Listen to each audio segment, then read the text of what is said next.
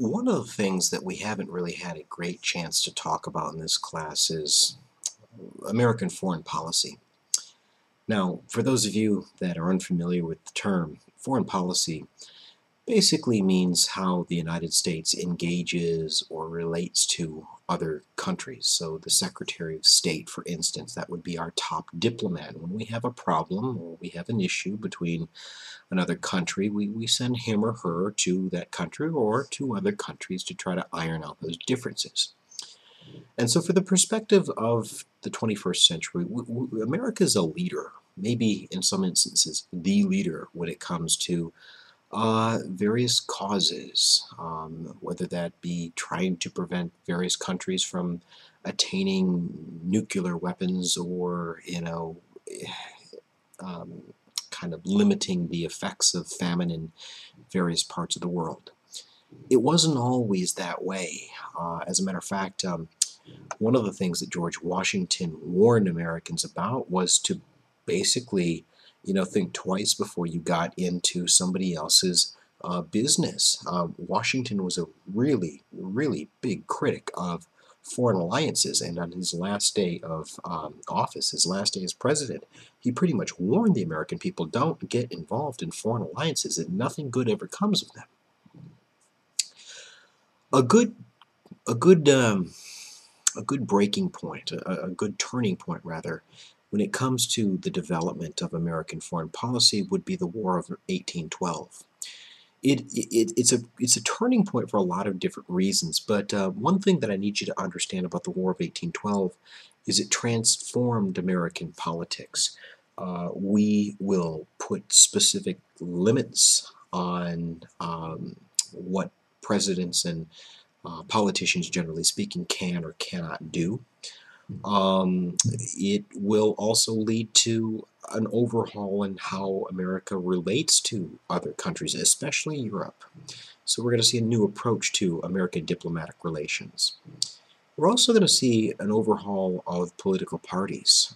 As you'll find out, this is a very divisive war, and ultimately it's going to lead to the destruction of traditional American political parties and the emergence of other new ones. But for the time being, let me kind of set the stage for you, because you can't really understand the War of 1812 unless you understand what's going on in Europe during this period. In the early part of the 19th century, what you're talking about is the Napoleonic Wars. Napoleon Bonaparte was a military commander, and later he would become Emperor of France. And throughout the early 19th century, he had attained an enormous amount of success. As a matter of fact, by about this time, there really were only two significant holdouts. That would be Great Britain, which is not continental Europe, that's actually an island off the coast of Europe, and Russia. And the only reason Russia was able to hold out was because it was so large and there was so much of it to conquer. Now, when it comes to defeating the British, if you can't invade them, and keep in mind, Britain is a very, very difficult country to invade. Not only did Napoleon fail at doing so, so did Adolf Hitler more than 100 years later. So it's a very difficult nation to conquer by traditional ways. The next best thing would be to implement a blockade, right? Nothing gets into Britain, nothing gets out of Britain. Well, the problem with doing that is Britain's got probably the #1 navy in the world at the time, and if they said, look, if you're going to do that to us, we're going to do that to you. Nothing gets into France, nothing gets out of France. We'll take a wild guess who was the British and the French's #1 trading partner. That would be the United States. Very good, right? And so not only did these blockades interrupt American economics, we also got caught up in the crossfires. Let me give you a quick example. One of the things that the British implemented during this period is something called impressment. Now, the word impressment, all that really means is an old British military policy of pressing people back into the service. So they would catch a runaway, somebody that had deserted the British military, particularly the Navy, and press them back into service. Well, what does this have to do with the United States? Well, it has to do with this snooty, arrogant British attitude of Oh, once Englishman, always an Englishman. In other words, there was once upon a time that you were us and we were you. You were the British Empire. So when they would come across an American vessel, they would literally seize it and imprison all of our sailors on board and pretty much kidnap them, force them to serve in the British Navy. And we were furious back in Washington. We were very furious. We were very, very upset about this. But the fact of the matter is, this is the most powerful country in the world that we're talking about here. And not only that, they are taking all of our boats, so we don't really have a real viable way of getting after them. Okay. One of the things that we did, a very ineffective, non-remarkable thing, was the Embargo Act of 1807. We said, if you're going to treat us like this, we're just not going to buy your stuff, right? Well, the problem with that is they had already made it a point to not get things from the United States in or out. Now, I understand that if Britain had its choice, it would love to have a trading relationship with the United States, but it's under the assumption that it's got to do the same thing with the French. So essentially what we're doing is cooperating with their blockade. So this was very ineffective. It was not very well thought out. And the other thing is, you had specific parts of the country, including New England, a very important part of the country, that simply refused to comply. They said, look, this is our main trading partner here, and if you cut off our trade with them, we're in trouble very, very quickly. So you can see that even before the war is a war, it's very, very divisive. It's a very divided country, and it's making it more and more so. Now, one of the things that we did at the dawn of 1812 is we pretty much invited a war. We told the British that we were sick and tired of the way that they were treating us, and we said, come on over to Washington because we got a bone to pick with you and a score to settle. And the British, you know, in their way, they said it's really cute that you want this satisfaction from us, but we're kind of got our hands full with arguably one of the most brilliant military minds in human history. And so we're going to have to take a rain check on that war. But I tell you what, we've got these Native American allies over in the New World that would love to give you some satisfaction. Okay? So anyway, what they're basically saying is that we're not going to fight you right now, but our Native American allies in North America, they'd be glad to fight you. Now, Native Americans are a very important part of what would later become the War of 1812. The reason that they're so important is because you've got people like Tecumseh. Tecumseh is a Shawnee chief. He's a military leader in his Indian nation, but he's also a military official in the British in the British military. And what Tecumseh understands is time is running out to really carve out a permanent Indian home country. Okay. In other words, we see this American empire expanding from the east, moving to the west, and it's taking over little by little, chunk by chunk, and nation by nation. And unless we put a stop to this right now, it's going to be very difficult to hold on to our ancestral homelands as the American government continues to expand and expand westward. Okay? Take that and couple it with a guy by the name of Tenskwatawa, who was a Shawnee prophet. He was a religious man that had this vision of all these Native Americans coming together. And when I say all, I mean the Shawnee and the Chippewa and the Chickasaw and the Huron, and this pan-Indian movement, this inter-tribal Indian movement that was all, you know, interested in standing up to the expansion of this American empire. That's basically what Tecumseh puts together. Now, Tecumseh is really trying to do two things. He's trying to draw all of these Native Americans together because he understands that if the American government gets to fight them tribe by tribe, nation by nation, they're going to lose that battle. What would be infinitely more difficult for the government to handle would be this inter-tribal resistance movement. And so he's trying to bring all nations together under one common, or against rather, one common enemy, and that would be the American government. The other thing that he's trying to do is he's trying to get the British to really make good on this idea that they had of carving out a permanent Indian home country that would separate the British interests in Canada with the United States. they, meaning the British, understood the same thing that the Native Americans did, that Americans were land hungry, and therefore you probably are going to want a buffer zone between your interests in Canada and where the United States proper is, and the Native Americans were happy to be that buffer zone. Well, the simple fact of the matter was the American military was not sitting on its hind parts just watching all of this happen. A really important man in this whole context would be a guy named William Henry Harrison, who's watching all of these tribes pour into Tippecanoe, which you call Toledo, Ohio. That's the part of the country that I need you to be mindful of when it comes to the Battle of Tippecanoe.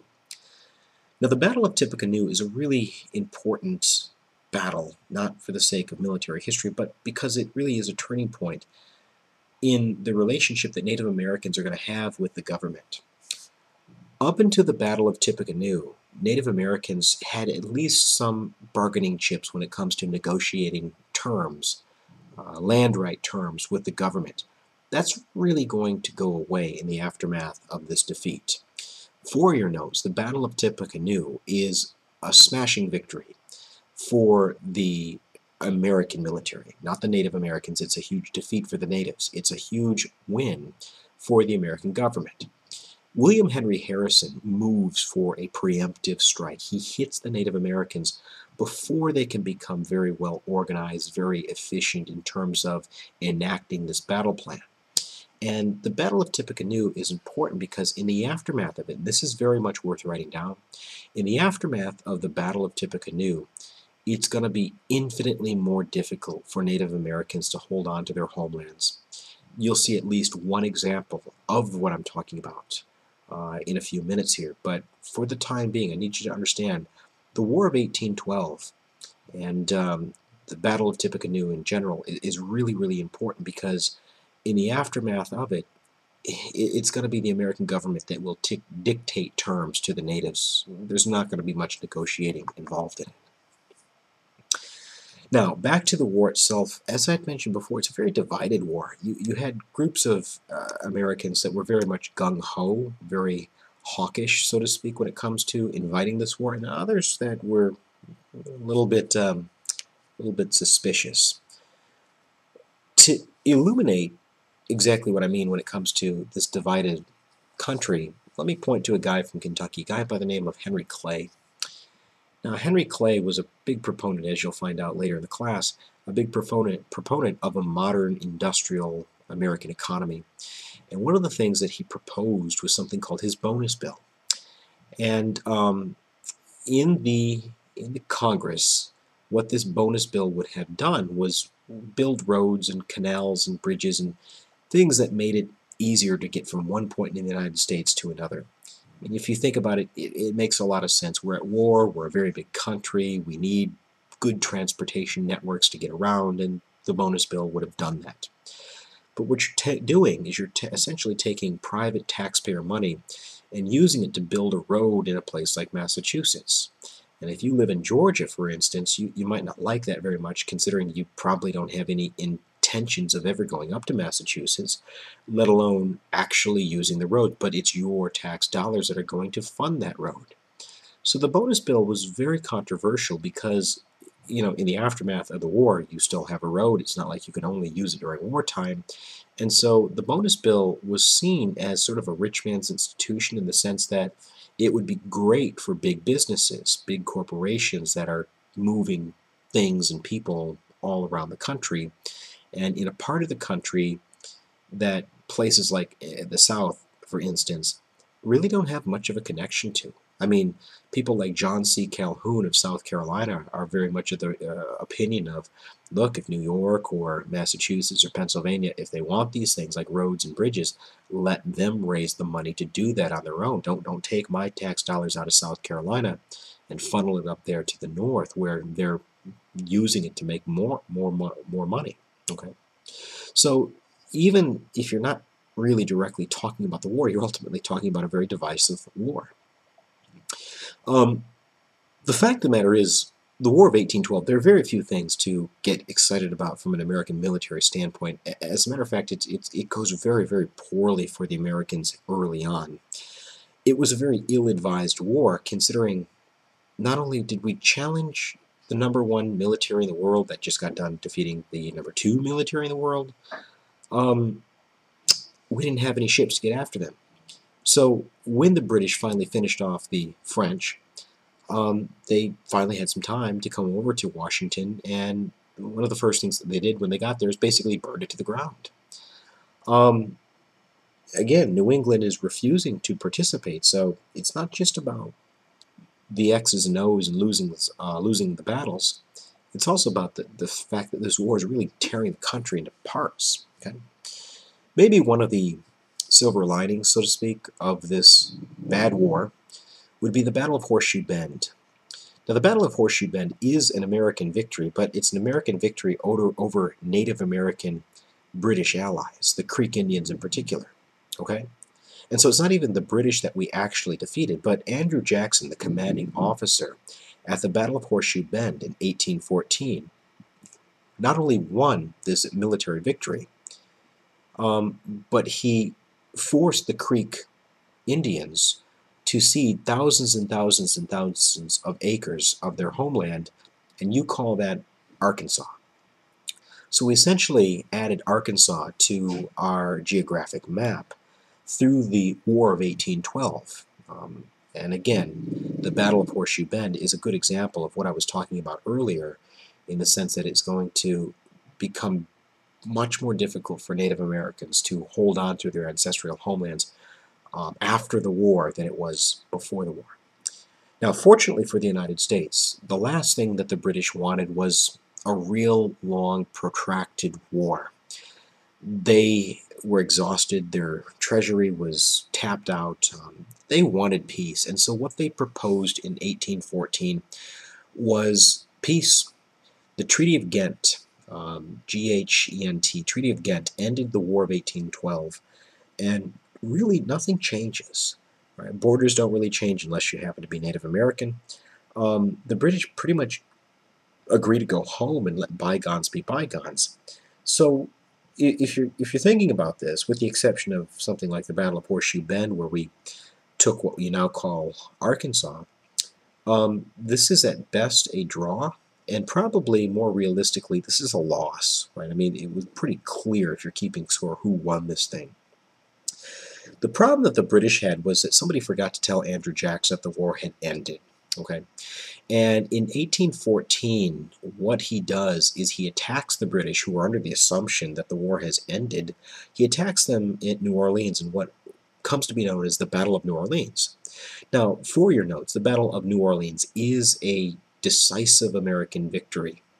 They rout the British, and the significance of the battle is that it helps to restore a lot of battered American military pride.